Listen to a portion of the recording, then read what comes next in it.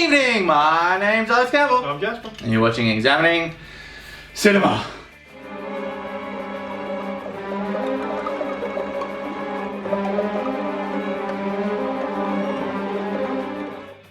So Jasper, No. this film is important for several reasons. Okay. One of which is that it spawned its own subgenre, which is no small feat. Yeah. It created the subgenre of the spaghetti western. It also launched the film career of one of the most acclaimed and recognized actors of all time, Clint Eastwood. Okay. It's also launched the career of history. Sergio Leone, one of the most acclaimed film directors of all time. Okay. It's culturally important. If you say so. It is. My dad used to really like watching westerns. I used to fucking hate them as a kid. And then what happened? We were somewhat intoxicated. And we sat down and watched Good, Bad and the Ugly, and it was like, holy shit. Yeah. Quentin Tarantino kept on waffling on about Sergio Leone. So like, Good, Bad and the Ugly is a movie? Yeah. I've heard of that name. That Quentin Tarantino guy's cool, I'll check it out. I'm like, I need to show Jasper and Steve this. That's a different kind of movie, eh? But even this one though, got like, I love in films when the premise is simple. Right, just a little premise, the story's small. Yes. But we're gonna, because you've only got fucking 2.5 hours to tell a story. This is only an hour and 40. But like at the most, that's what you've got. Yeah. And they go, okay, well, in that 2.5 hours, we've got to tell our character's entire life story, plus the story of his love interest, plus we've got to do like whatever the actual movie's supposed to be about. Yeah. It's just, don't do any of that. Get rid of all of that.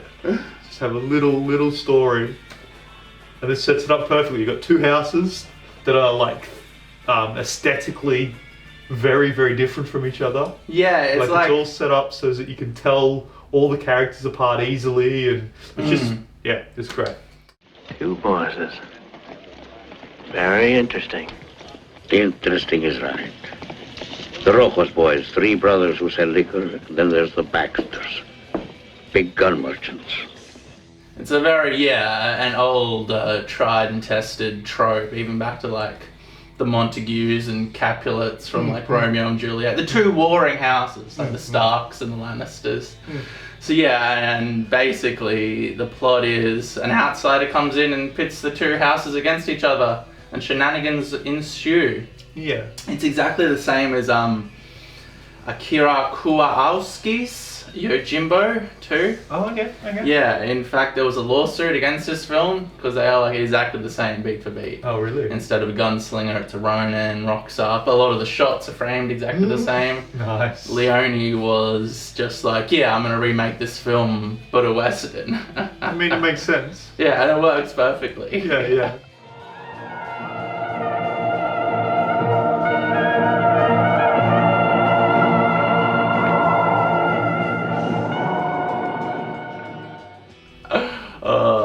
So basically, westerns were the genre that went on and became very tired at this point in history. And it was pioneered by like John Ford and John Wayne, and his story would basically be like the hero triumphing, and the hero would always be this clean-cut, nice-looking gentleman who comes in and romances the dame and saves the day.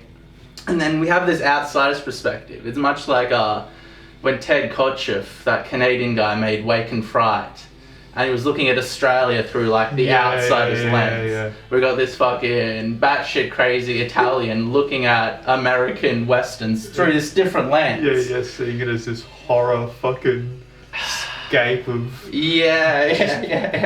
bastard fucking murderers. Yeah, there was back in the day, fucking He's supposed to use a match. I'm not supposed to breathe in either. Fucking girl.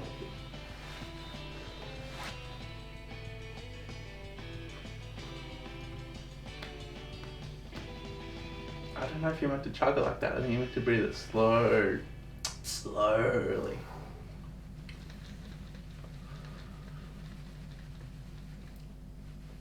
Shouldn't have done that. Why? I didn't buy you one. I said, would you like me to buy you one? He said, no. I thought, okay, and I didn't buy you one. But now you're smoking one just fine. Mate.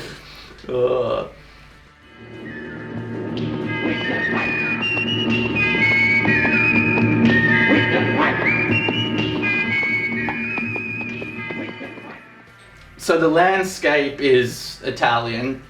There's a lot of like Italian elements to it, and it's all dubbed. It was filmed in several different languages, and they just dubbed it into all the different languages later on, so there was no sound even recorded when they filmed it. Clint Eastwood and Sergio Leone couldn't speak each other's languages. Clint could just say hello and goodbye in Italian, so they were barely able to communicate. Clint kept on trying to cut out all his lines just for like looks and scowls. He didn't want to talk. Is that because he didn't understand the dialogue, or is that because he felt that the character? He felt that the character was more powerful and mysterious. Yeah, okay. He was just coming off Rawhide, which was like his first television show where he played this young like goody two shoes thing. Yeah. So he just jumped at the opportunity to play this fucking grey anti-hero in comparison to westerns of the age, like the John Wayne. After this movie came out, there was another John Wayne movie, and they were like orchestrating this scene, and the director was like, oh, you should just shoot the guy in the back. And he's like, son, I don't shoot people in the back. And the director was like, oh, well, Clint Eastwood would. And he was just like, fuck you. Get Clint Eastwood to do the fucking movie then. So yeah, the rating system in the States at the time was like very strict and stringent on only showing one person die in each individual shot. And Leone just like bucked every fucking rule of cinema, and that was another one of the things that Clint fucking looked forward to. Yeah, that scene where the Baxters, there's the two houses, the fucking Rojos and the Baxters. There's a scene towards the end where the Rojos fucking destroy this hotel of the Baxters. They light it on fire, and as the Baxters are fleeing the flaming hotel, or there's a mansion, it's not a hotel. But as they're fleeing it, they murder them as they're coming out the front door. Slaughter the entire house. Yeah. Yeah.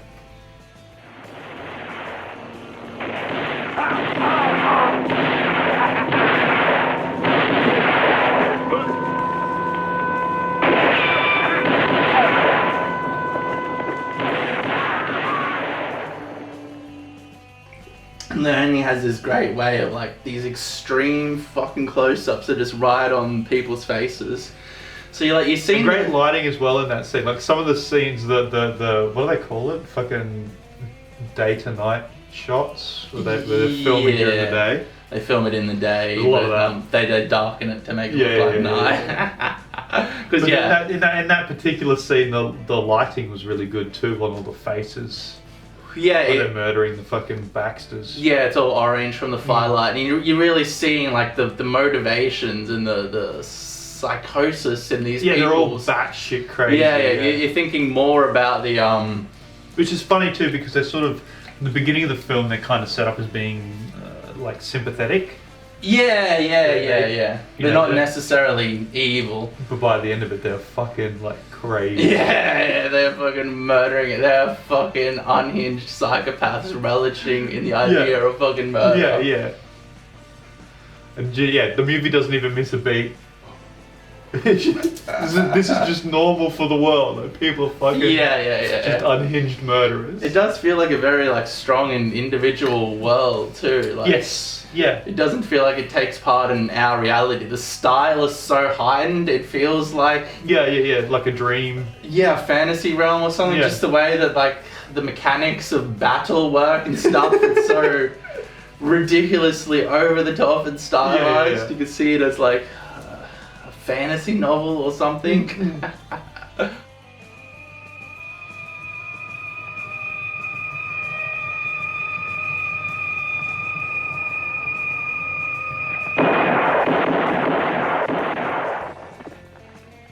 So much like Star Wars, the score for this enhances everything Yes. by like 1,000%. Without this score, this movie is half of what it is. Ennio Morricone, the composer, is one of the greatest film composers of all time. That's another thing I should have said at the beginning.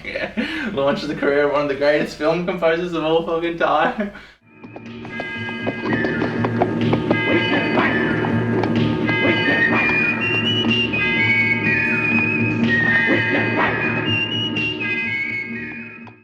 Yeah, just I guess that Italian angle as well, just the way he approaches a score and the instrumentation he uses, and even like the melodies and the notes using are so foreign from Western cinema.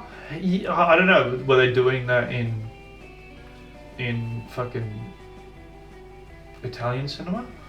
Because it's pretty fucking far out, really, when you sit down and listen to it. It's all like weird flute flourishes, those mouth harps and there's all and like sorts of samples, weird shit. Bells and whips and people making noises and shit. It's not like a normal. I don't know what it is, but it's compelling. It's fucking compelling. Oh yeah, I used to have like 2 hours of his scores on my phone. I listened to it while I'd ride, and it's just it's fucking. Just as far as music goes, it's amazing. This is another really unique thing that Leone did. And this is laid on down the track, it's not for this film. But as he was writing the script, he'd actually give it to the composer, Morricone, and Morricone would compose the scores. And then while Sergio was filming, he would play the music, and he'd actually like shoot the scene to the music. Yeah. Which is completely opposite from how a film is fucking done. But the music was that important to him that he would edit. Well, it makes the film. If it wasn't for the if it wasn't for the score, this film wouldn't work. I don't know what it would be. It'd be Spartacus. Yeah. It's almost like hinging on that. Well, it's something. And the dubbing is so fucking weird and absurd. I don't know what they were doing with the voices. The voices are just like fucked and silly, whether they were going for comedy a lot of the time. Well, I don't think so. I think they were just trying to. I think it just went to America and they didn't know what the fuck it was, and they would have dubbed it. So they did these racist Mexican accents and all this fucking ridiculous, especially this serious narrative, but then we got these silly voices. Silly voices. Yeah. Well, that sort of ties back into the otherworldliness. I reckon he picked the wrong trail. Or he could have picked the wrong town. His big mistake, I think, was getting born.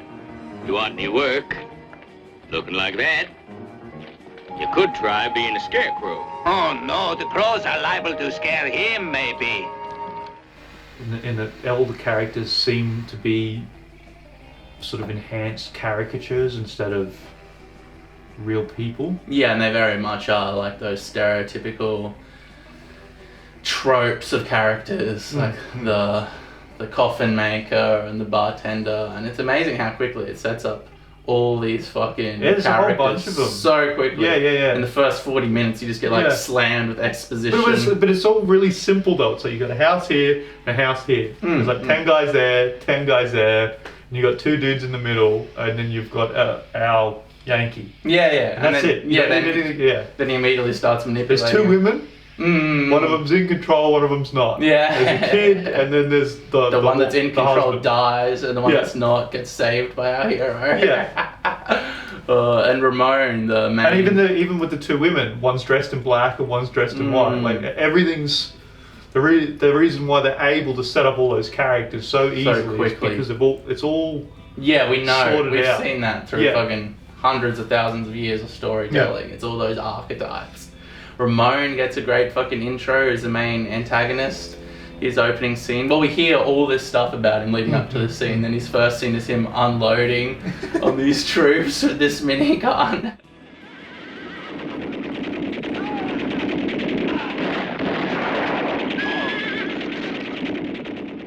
And once again, he doesn't just like unload on them, like it just keeps on going. Going. They just glorify the murder of these soldiers. Even Clint Eastwood's character just murders everybody. Well, he walks into town and kills 3 people. That's his opening move. Yeah, that's his opening move. To earn $100 fucking dollars.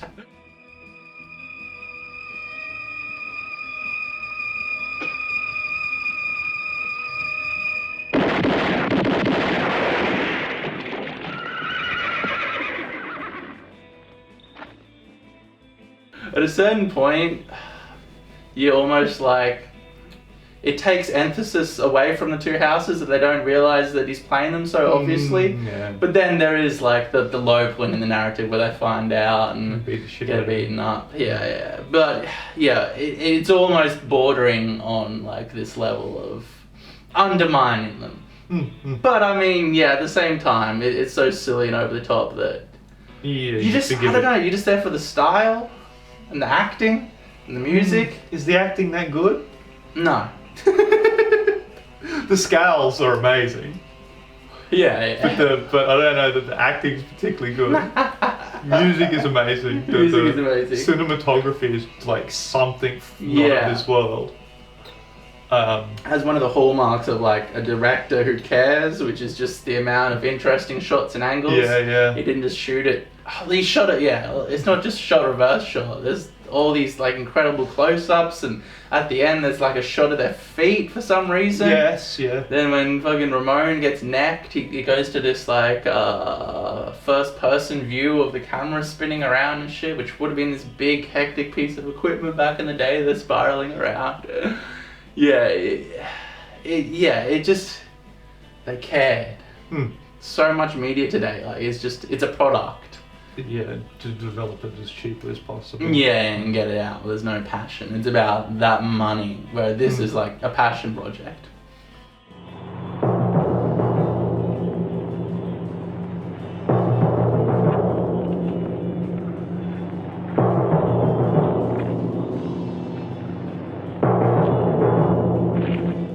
There's all these great little setups and building up moments to that final showdown too. We get the brutal slaughter of all those people, which is just something else. You just want Clint to get revenge so bad. You got the Ned Kelly scene where he's like getting the boiler and turning that into the breastplate. That's just building suspense. And old mate, that crazy guy, comes and gives him the dynamite. They've set up Ramon's tendency to shoot people in the heart, and when a man with a Winchester meets a man with a 45, the man with the Winchester always wins. Which is a really awkward fucking phrase. It's like an old Mexican proverb. It's like, how old is it? Is it like a week old? A week old Mexican proverb? When a man with a 45 meets a man with a rifle, the man with a pistol will be a dead man. That's an old Mexican proverb, and it's true. And then, once again, the end final scene is one of those moments where it's just Ennio Morricone's score and Sergio Leone's directing style. Just in another movie, like you think of like Jack Reacher or something, like a shootout.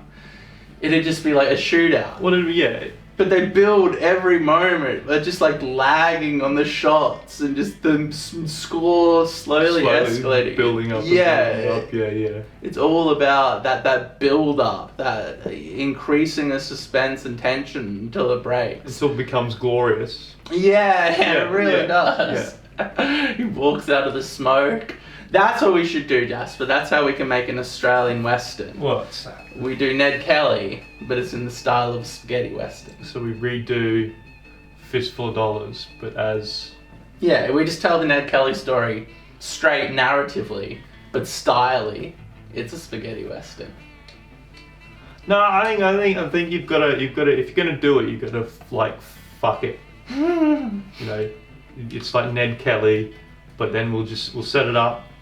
So it'd be what you got to do is it needs to be a small story, right? It can't be like the origin of fucking Ned Kelly, because that's a fucking 4-hour movie. That's fair. Right? It's got to be set up as like, what's that film where the dude loses his shit and ends up robbing a bank? Star Wars. No. Dog Day, Oh, yeah. right? Yeah. Where it's basically one day. That's where you got to set it up as, but it's Ned Kelly, but it's a spaghetti western. Because like this is, I think this film Few takes days. parts over, like 2, maybe 3 days. Yeah. Most of it's happening at night, but that's kind of hard to tell. The shot during the day. So you just tell like a small, like a 3-day stretch in the Ned Kelly story. Yeah. The string. And it doesn't matter if it doesn't matter how historically accurate it is. It's like there's a bank and he's robbed a bank and now he's hiding out in a house. living in the bush. Yeah. That's all it is. And then it's just him in the bush, Yeah. walking around in his fucking... Trying to survive, drinking his piss, talking to the kookaburras and wombats. Yeah.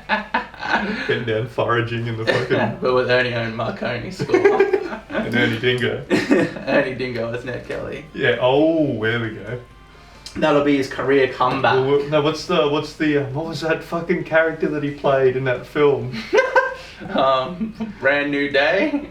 Is that the one where he played the homeless guy? Yeah. So he'll walk in as the homeless guy and then reveal that he's Ned Kelly. But it's a spaghetti western. Yeah. And then the movie shifts and becomes a spaghetti western. It starts out as Brand New Day. It starts off straight, Yeah. And then as soon as he reveals he's Ned Kelly and the audience is completely perplexed, then it changes genres. Yeah. Just to keep them completely Just to turn everyone off. I'll email Ernie Dingo. This will be a career comeback. Everyone will forget about you hitting those kids, Ernie. This is your moment. It'd be great. So in conclusion,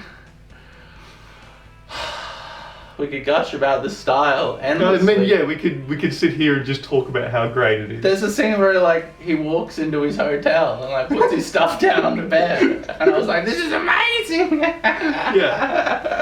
Yeah, we don't need to go over every single individual scene and tell you what happens in it And why it's so good. Yeah. It's a good film. Yeah, it's one of the best films. Yeah. It launched Clint Eastwood's career and started a subgenre. How many movies start their own fucking subgenre?